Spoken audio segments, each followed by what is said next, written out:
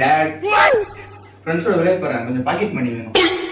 ஏப்பா டெய்லி வெளியே போகிற, டெய்லி பேக்கெட் வேணும்னா எனக்கு எங்கேருந்துப்பா காசு வரும்?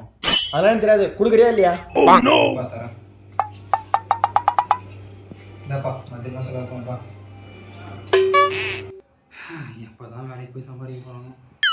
சே, இவன் அப்பாவுக்கு ரொம்ப செலவு வச்சுட்டே இருக்கானே, இதுக்கு எதுனா ஒன்று பண்ணணும்.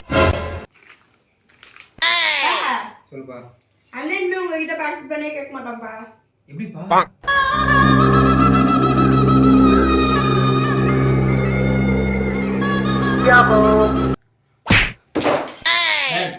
இந்த ஷர்ட்ல பைக் ஜீன்ஸ் டாட், புது ஷர்ட் வாங்கி கொடுங்க.